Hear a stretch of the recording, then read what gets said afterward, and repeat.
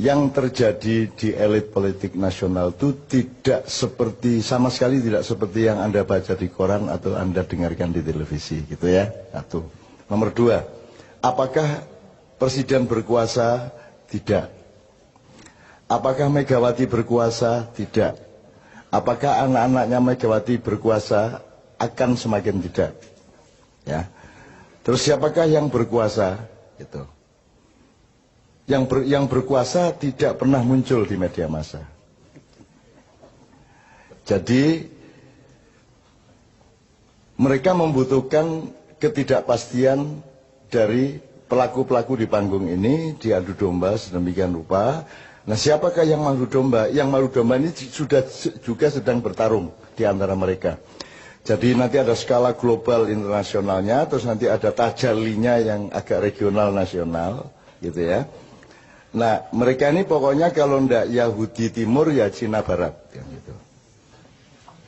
Kira seperti itu. Nanti timelinenya adalah 5 tahun kemudian 10 tahun ini kita mengalami pertaruhan Indonesia akan dimik-dimik kembali bangkit menggeliat atau akan hancur sama sekali dan menjadi bangsa jongos total tahun 2024. Nah, siapakah mereka ini? Pasti adalah konstelasi para pemilik modal, baik di tingkat internasional maupun regional dan nasional. Nah, itu lapisan-lapisan ini juga bertarung satu sama lain, tapi yang pasti ada rasnya mereka. Yang paling bermain adalah orang-orang yang sudah datang ke Nusantara sejak abad ke-13, tetapi sampai hari ini mereka berposisi masih tamu secara kultural di Indonesia. Lagi engko jajal diskusi ning warung-warung, kok isih dayoh ya maksudnya piye gitu ya. Ya. Jadi ada orang yang sudah kerja dan kaya raya di sini, tapi dalam hatinya masyarakat Indonesia mereka masih tamu, jadi belum pantas jadi gubernur sebenarnya. Lu kok guyu gitu? Misalnya, padahal dialah yang nanti akan diangkat untuk sampai ke puncak oleh konspirasi itu. Karena nanti yang diciptakan adalah sistem-sistem yang menguntungkan roti dan keranjang-keranjang mereka bekerja sama dengan konstelasi internasional. Nah, jadi saya ingin memperingatkan, kue isih dayoh, kue aja banget-banget lemu pecicilan, ya. Iki Indonesia iki aja rumangsamu ming kaya sing kok sangka. Ono liya-liyane loh Indonesia ini. Bangsa Indonesia itu banyak. Dan ada segmen-segmen, ada level-level, ada kesatria-kesatria, ada kader-kader, ada bermacam-macam dari bangsa Indonesia ini yang juga akan menjadi faktor dari berubahnya Indonesia. Jadi jangan dipikir Indonesia akan berlangsung persis seperti yang kalian skenariokan. Ada macam-macam. Bukan hanya manusianya macam-macam, bukan hanya anak mudanya bermacam-macam. Ada arus yang menuju masa silam dan kematian, dan ada arus yang sedang bangkit pelan-pelan menjadi manusia kader Nusantara yang baru, yang semakin banyak jumlahnya di mana-mana, dan usia mereka 10 tahun lagi adalah usia pemimpin di tingkat-tingkat yang bermacam-macam. Maksudku kue iki pemimpin yang berikutnya, ini loh. Jadi siap-siap mulai saiki, ini ya. Oke. Muhtasib wis ben kursus dhewe kono. Karena dia punya kesibukan sendiri yang sifatnya kosmis ya, dia kosmis. Pokoknya dia hubungannya sama Tuhan, konflik tiap hari sama Tuhan. Piro karepmu kowe iki? Nah gitu itu urusan, itu kan salah satu hiasan Indonesia sehingga disukai para malaikat karena ada kaumul muhtasibin gitu kan. Oke. Oke ya, jadi singkat kata begini. Anda jangan benci Jokowi, jangan benci Mega, jangan benci siapapun yang seakan-akan sedang berkuasa. Anda harus merasa kasihan kepada mereka. Dan doakanlah Jokowi yang terus-menerus mendapat tekanan. Anda tahu kan kalau SBY itu kan selalu ragu. Kalau yang sekarang ini tidak ngerti apa yang diragukan atau apa yang ditegasi. Itu.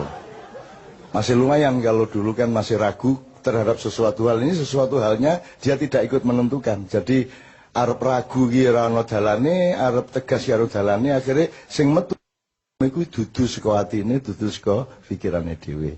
Gitu ya. Jadi kita doakan mudah-mudahan beliau ini oleh Allah segera dibebaskan dari tekanan-tekanan. Jelas ya? Jelas maksudnya ya? Gue ngerti sastra toh? Nah. Sementara yang sangat bernafsu untuk bertarget tahun ini harus menggantikan orang yang penuh tekanan-tekanan ini. Kita doakan mudah-mudahan dia tidak diberi kesempatan oleh Allah untuk bersu'ul khotimah. Iki ya jelas tau kudune. Nah, gitu. Jadi nek di YouTube iki berdebat sik lagi ngafirke aku gitu. Gitu teman sekalian wes. Untuk itu emang Anda terpengaruh dengan semua itu kan tidak. Anda kan punya kedaulatan, Anda kan punya kemandirian, Anda punya keyakinan hidup. Dan semakin hari Anda semakin tenang dengan keyakinan Anda. Dan Anda tahu rakyat Indonesia kan sama sekali semakin tidak tergantung kepada pemerintahnya. Mau dolar 18.000 gitu. Ora berpengaruh kan gune sing nggawa payung ning ngarepe mall kae. Wis pokoke nek nggawa payung ana udan nyeterke nang mobil entuk piro ning prapet piro kan Anda semua kan tidak terlalu terpengaruh. Bahkan di Jawa Timur anak-anakmu dan lantang ayo iki kok gurung mundhaki BBM iki apa iki. Kurang ajar. Nang wis ae diunggahno ayo. Nang wis. Mosok gak mundak-mundak iki lho. Ayo diunggahno ayo sepur mesisan 4 kali lipat ayo apa kono. Engko tak delete tekek ndek njero balas. Nek sak delete tekek wis gak mlaku mesisan wis. Gitu loh. Pesawat-pesawat barang iki. Lho wong gimana kita mau bikin konferensi Asia Afrika. Asia Afrika itu kan Bung Karno punya karya. Itu kan konferensi negara-negara non-blok. Non-blok. Lho kowe iki nggak konferensi non-blok kok njaluk pelindungan nang jeraganmu iki piye? Njur pura-pura digawe pesawat tapi didandani sik le dandani regane luwih larang timbangane pesawat sing dikekke. Piye coba kowe? Kuwi kan ya Allah ya Rabbi, memang presiden itu syaratnya satu kok, harus tahu apa yang harus diragukan dan apa yang harus ditegasi. Iki ora ono bahane iki, arep ragu ya ora cetha, arep tegas ya ora cetha kan begitu. Kan nyenengke kok kuwi. Tidak pernah ada bangsa yang mendapat hiburan sebagaimana kita. Gitu kan? Tidak, jangankan kan kalau dalam Islam tuh, kalau dalam bahasa Arab tuh ada namanya uslub. Uslub itu diplomasi tingkat tinggi. Seperti saya mengatakan, mudah-mudahan segera terbebas dari tekanan, itu uslub. Ketika saya acara dengan KPK yang pertama, saya berdoa, ya Allah, segera bubarkanlah KPK. Itu kan uslub, artinya, maksudnya, kehakiman, kepolisian, kejaksaan sudah beres, bisa menjalankan tugasnya dengan jujur sehingga tidak diperlukan KPK. Jadi kalau KPK didoakan untuk bubar itu artinya supaya tidak perlu ada ad hoc lagi untuk mengurus korupsi kan gitu. Tapi orang karena pikirannya linier dan sastra kalimat aja tidak jelas. Maka ketika saya berdoa dengan tingkat uslub tadi, susastra tinggi tadi, orang paham loh kok Cak Nun menginginkan KPK bubar karepe piye? Loh, nek KPK bubar berarti hukum sudah beres, kan begitu. Karena hukum belum beres, pelaku-pelakunya belum beres, diperlukan perangkat pembantu pemain bon-bonan yang namanya KPK. Kan begitu kan? Nah, kalau sudah kesebelasannya beres enggak perlu ngebon lagi. Nah, Indonesia ini lebih lucu lagi. Pemain bon-bonnya hanya dimasukkan lapangan, yang pemain yang diganti tidak dikeluarkan dari lapangan. Bener nggak?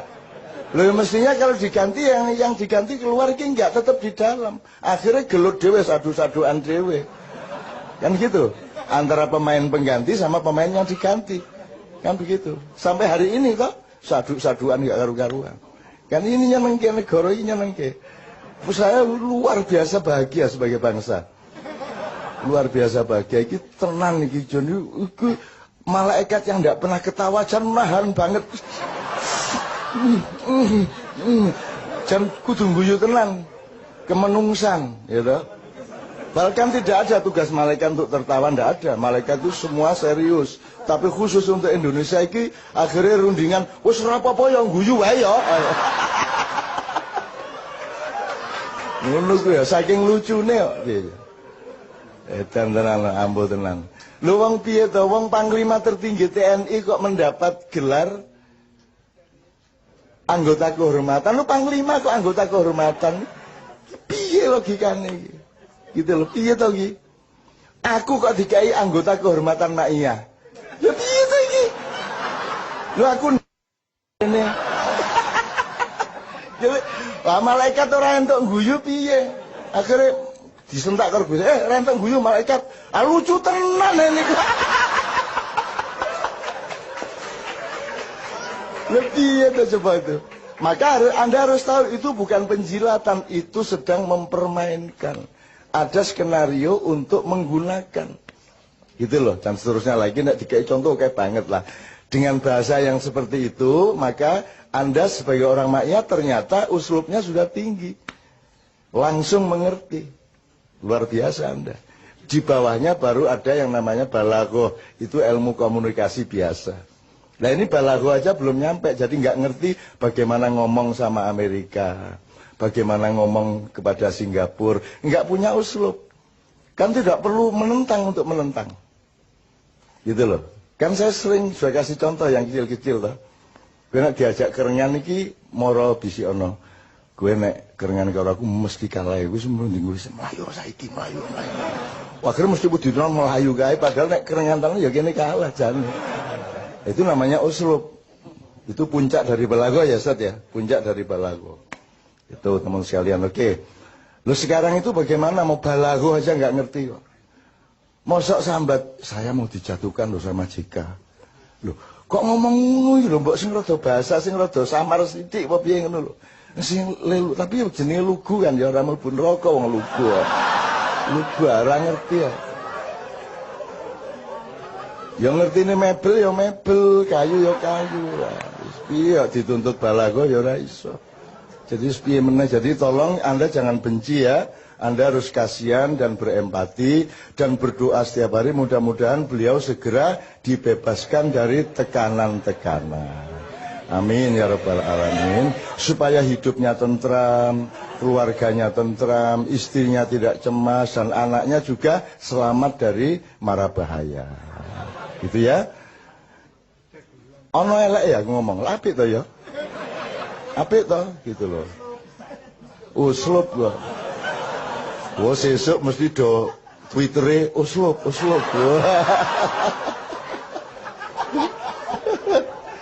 Are-are AS Hikam ditawur arek-arek. Jebol arek-arek.